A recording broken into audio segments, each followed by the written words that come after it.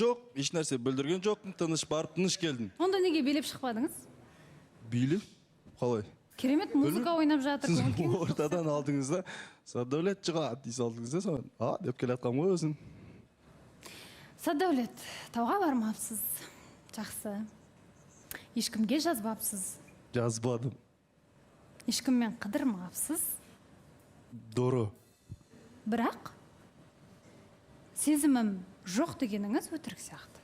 Сұрақтарды мен қоям, жауап сізден. Жарайды. Алғашқы сұрағымды сізге қойдым. Дұрыстап қойыңызшы баласынан. Сізде сезім бар ма? Жоқ.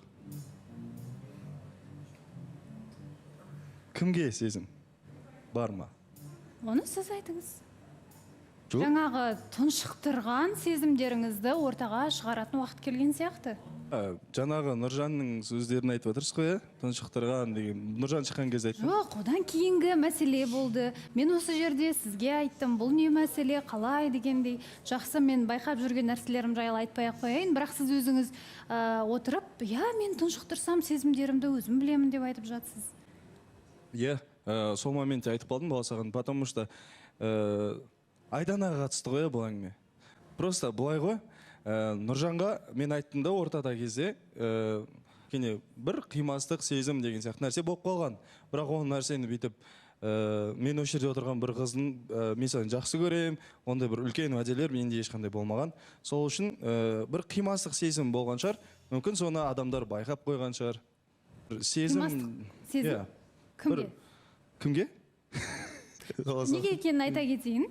Себебі бұған дейін сіздің әрекетіңіз, сөздеріңіз соңғы бірнеше апта бәлкім көрермен жақсы білетін шығар. Біраз әңгіме болды сіз жайлы, сіздің көзқарасыңыз жайлы, сіздің ойларыңыз жайлы. Және қимастық нақты кімге деген сұрақ тұр менің ойымда. Саддәулет тұншықтырып жүрген сезім кімге қатысты? Бәрі, мынандай Саддәулет бабник деп жатыр ғой, бірақ сен өйтіп ойлап қалмашы, мені бәрі ашуланып кете береді деп жатыр, бірақ сен өйтіп ашуланады деп ойламашы, потому что мен қатты тиіп кетті мынандай нәрселер маған. Мынандай сатқындық, мынандай өтірік әңгімелер менің жан дүниемді жалпы тыныштандырмайды деген сияқты нәрсені мен бір-ақ адамға айтқам. И сол кезде де қатты андай бір өкінем деп айтпаймын, мен өмір алда ғой. Просто осы күнге не көрмедім, шынымды айтайын, қатты сол бір кезде ең бір дұрыс емес қабылдап қалған шешімдердің бірі ма деп ойлаймын. Неге мен ашуланып келдім да, не үшін мен бүйтіп жібердім, неге деген сияқты. Так сәл күтсең, Саддәулет бәрі болатын еді ғой деген сияқты нәрсе мен ішімде тұрып қалды да. Басқа үміткерлер келді, қыздар келді, бүйттік, көрдім. Андай шынымды айтайын, ешкімнің жүрегіме ойнаған жоқпын болсаған. Просто мен өзіме и ол адамға да уақыт беріп көрдім, бірақ менде ашылмады ондай нәрсе. Маған бәрі айтады, сен жүзіңнен андай баяғыдай Саддәулетті көрмейміз, баяғыдай бүйтпейсің, баяғыдай сөйтпейсің. Жасыра алмаймын, мен шаршап кеттім ол нәрседен. Қайтадан бір бұрынғы Саддәулет сияқты болып, ашылып сөйлесіп, бір жылылық байқалады сізден. Оған себеп бір қыз сияқты. Оған себеп бір қыз. Просто мен негізінде мойындағанды жек көретін адам ғой, кәдімгідей. Істеген қылмысым болса мойындайтын шығармын. Мен істеп қойдым деп. Бірақ енді андай бір сезім, қимастық жайлы айтқан кезде мен намысым ойнап кетеді да, эго деймін ғой. Бопты онда саған керек емес нәрсе, маған да керек емес дей салам да. Бірақ өзім за рулем кетіп баратқан кезде, жалпы тауда демалған кезде сол нәрсенің бәрі есіме түседі. Неге сен неге сәл сабыр қыла салмайсың деп. Неге сен бүйтпейсің? Өзіңді жеп қоятын ойлар менде өте көп. Алсахан есейдім шынымен де, мен Қосайық жобасына үлкен рахмет айтамын. Мен кәдімгідей есейдім. Мен адамның түріне емес, жасына емес, мен адамның тәрбиесіне, мен баяғыда андай принциппен өмір сүрдім. Менің болашақ әйелім менен 2-3 жас кішкентай болу керек. Болмаса мен әйелім тек қана осылай киініп жүру керек. Жоқ, ондай емес екен. Мен кәдімгідей түсіндім, адамның құндылығы тек адам. Қазір қандай? Мен қазіргі Саддәулет іздейтін қыз ол андай да. Бір ақылды ғой, короче. Қатты ақылды. Бірінші очередь. Ол түрі емес, оның киінген емес, басқасы емес.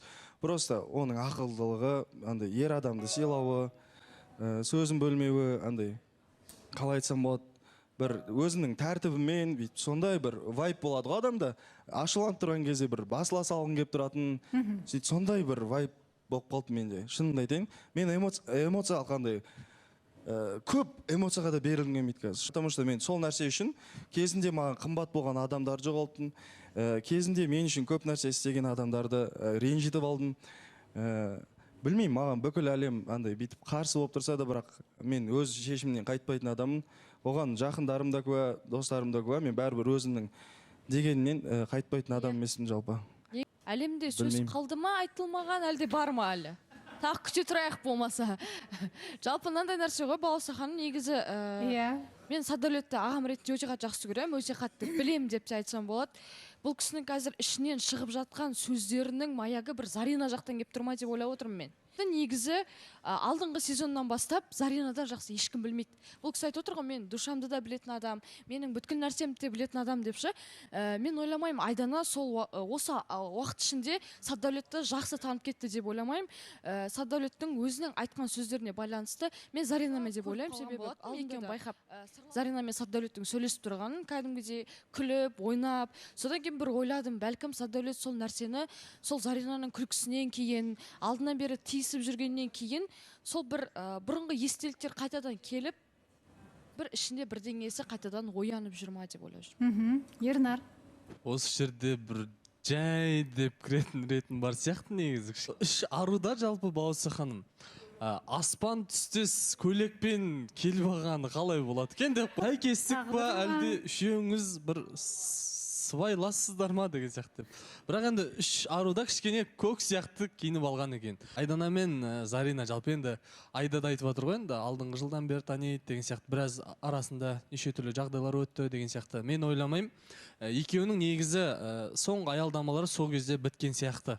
Ойлап отқаным жалпы Сатиктің жалпы кішкене ойын ішіндегі жайтын бір білетін адам ретінде ол ару негізі жан дүниесін түсіне алатын жалпы көк көйлек киген жан, бірақ гүлді көк көйлек киген жан ол Айдана секілдіміз. Өйткені бірінші очередь енді бағана өзі бір теңеулер айтып кетті ғой. Сана биігінде жолға алатын сияқты ма? Жолығып қойған секілді. Сана биігінде. Сол мен просто өз ойым. Айдана сияқты. Айдана екеуі біраз бір сырласқан кезде бір-бірін түсіне алатын секілдіміз. Сондықтан келесі сөзді Оразғали жалғайтын сияқты. Мынандай ғой, Заринаны мысалға тілге тиек етсек, бұл жерде былай дос тұлға ретінде бір кез келген адамға қия бермейтін еді менің көңілім. Бірақ осы қанша жерден қанша адам көрдім, Қосылайық жобасына келгелі бері бірден бір кімге қиятын болсам, Заринаны менің көңілім. Тек Саддәулетке ғана қияр едім деп айта алатын едім да. Өйткені бұл жігіттің білмеймін енді қарым-қатынасы бұл кісіге деген қанша жерден арасында ұрыс болғанмен ешқашан Зарина туралы жаман айтқан сөзін естімеппін. Біз жеке талайда сырласқанбыз енді. Ернар сияқты жақын досы болмасам да бір-екі жерде дастархандас болып өте керемет мен қарым-қатынасым Саддәулетпен. Сол кезде Зарина туралы, жалпы қатысушылар туралы жаңадан келген кезде сұраған кезде Зарина туралы әңгімесі мүлде бөлек еді. Мақтай ма не дейді? Иә, мақтайды, жаман сөз шықпайды аузынан. Мүлде ешқашан жаман сөз айтпаған. Мен ол нәрселерді қазір дословно айтып бермей-ақ қойын, айтып берсем соңы маған да оған да қиын болып қалған сияқты десең. Жалпы негізі ойым Зарина деп ойлап отырмын енді. Енді бір қызық, түсініксіз адам, негізі Зарина ортада болған кезде, Зарина қатысты тақырып болған кезде, Саддәулет бір намекпен әдемі кіріп кетеді да. Және Айданаға қатысты тақырып болғанда да дәл солай. Менше Саддәулеттің жүрегін, екі қыздың жүрегінде бар. Менің де ойымша Ернарға мен келсем да Айдана секілді. Енді осы күнге де қаншама нәрселер болды. Осы күнге енді Тұранмен де таныстық кездерде ойбой Саддәулет ағаның сонша қайғырған нәрселерін енді көрдік қой. Мына жерде ақша адамды сонша өзгерте ма деп күйіп пісіп, ақша сонда маңызды ма деген сияқты нәрселерді алтып, сол жерде история салып, қандамай нәрселер история салды. Кеше шыққан ана өмір туралы историясында Айданаға арнап тікелей деген сияқты ғой. Соншандай көңілінің маңыздылығы дато ренжігеннен отписка жасап тастағанда көрінсе, дато қымбат адам болғаннан кейін, егер безразличие болатын болса, Айдананың тарапына қарай, мүмкін сол жерде ладно деп қоя салатын бет дегендей нәрсе. Жақсы, тыңдайық. Әркім әртүрлі пікірде өзіңізден енді былай ғой. Білейік. Просто қатты жынданып кеттім. Сол үшін де шынымен де Астанаға кетіп қалдым мен. Сәл демалайыншы деп, қалан ситуациясынан, қалан жоқ шынымен қаланың шуын азайтайын, кішкене ол жақта ешкім танымаймын, барып демалайын, өзіммен өзім болайын деген сияқты нәрселермен сөйтіп кетіп қалдым. Шынымен де болған нәрселер қатты әсер етіп кетті. Мен олай эмоцияға шығару оңай емес негізі. Мен кез келген адамға ренжіп, болмаса кез келген адамға ішімдегі нәрсені айтатын ақымақ емеспін. Бір адамның эмоциясы қызық па, мен сол адам эмоциясымен ойнаймын да жалпы. И мен де ойлаймын, сол эмоциям шығып кеткен, значит менде уже сол нәрсеге байланысты бір нәрсе болды. Оны бүйтіп ұзақ созбай қойын, әркім әртүрлі айтып отыр, біреу Диора, біреу басқа деп отыр. Бірақ ол адамның аты ол Айдана. Айдана. Көңіліңіз Айдана деп тұр. Жалпы мен былай айтайын, бұл нәрсе Сөзіңізді бөлейін,